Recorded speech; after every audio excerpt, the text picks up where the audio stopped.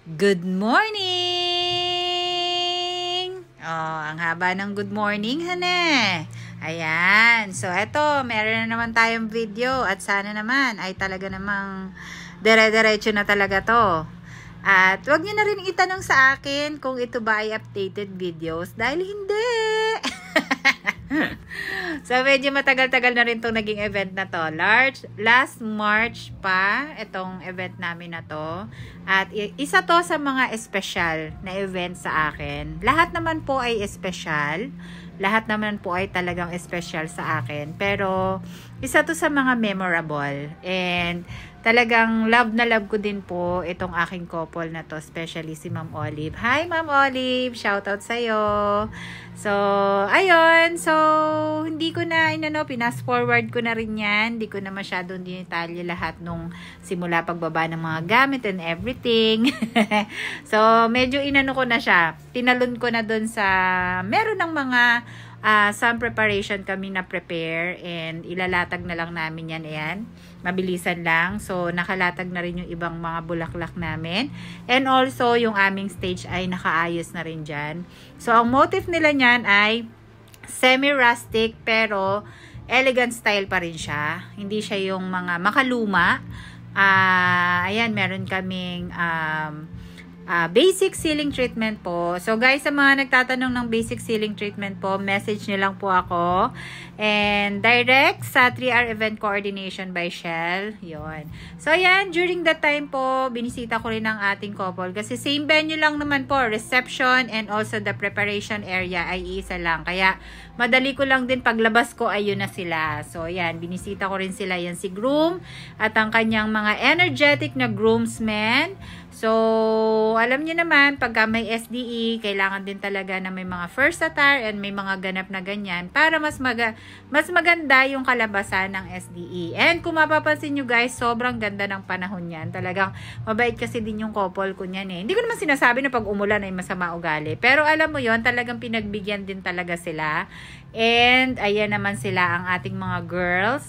So, naka-standby na rin. Si Marie Chris hindi magkandala. Ewan ko ba kung anong dala nun.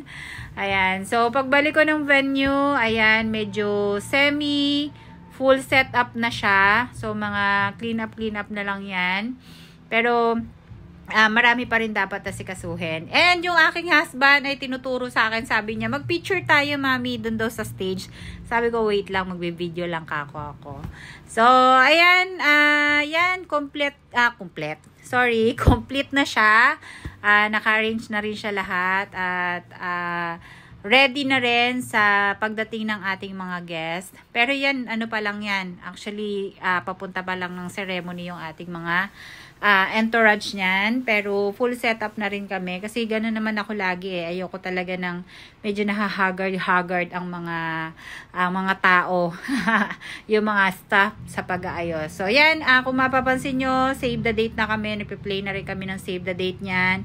Very mabilisan lang talaga. Yan, ang dance ng ating couple. Kasi gano'n naman, ayoko naman din siyang sobrang detailed din.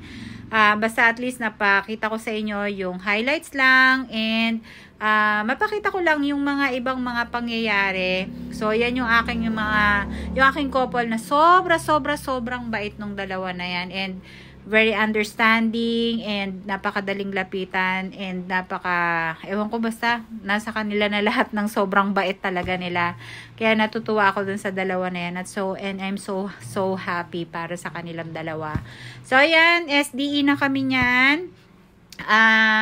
Sobrang saya nila dyan dahil ang galing din ng photo and video ng AC Films din. So, sobrang bait din po ng team na yan. Hindi sila yung aking kataya pero sila ay isa sa mga magagaling din po sa Bulacan. Kaya ayan, sila ang nakuha ng ating couple and also sila yung talagang nag-shoot dyan. So, simula sa prenup, sila na po yung kasama talaga ng couple. So, ayun. So, some arrangement po talaga. Kami po ang nagpo-provide niyan and message lang po kayo sa amin guys pag may mga kailangan kayong ganyan. And also, after that, ayan, pinalabas muna namin ang couple para sa kanilang fireworks. Sa kanila po galing yung fireworks machine na yan. sorry, yung fireworks na yan, sa kanila po galing yan.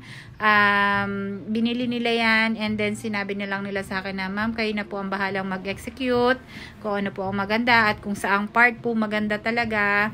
So, wala naman ako ibang maging idea din, kundi talagang after na lang nung kanilang program, kasi para gabi na, para mas kita, mas maganda siya, at least tapos na yung kanilang wedding. So siguro medyo inedit lang din dun sa video kasi hindi na siya nakasama dun sa SDE. So after siguro nun, inedit na lang din ang ating photo and video para dun sa kanilang SDE ay makasama din. So ganun naman yung karaniwan ng ginagawa ng ating mga photo and video. So, here's the clips po para dun sa message sa amin. Pakinggan nyo na lang po. Thank you! First of all, we would like to thank God for letting us be here and for you guys to witness our wedding po.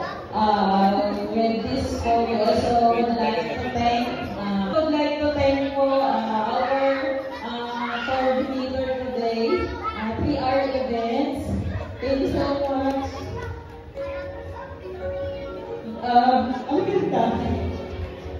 Salamat.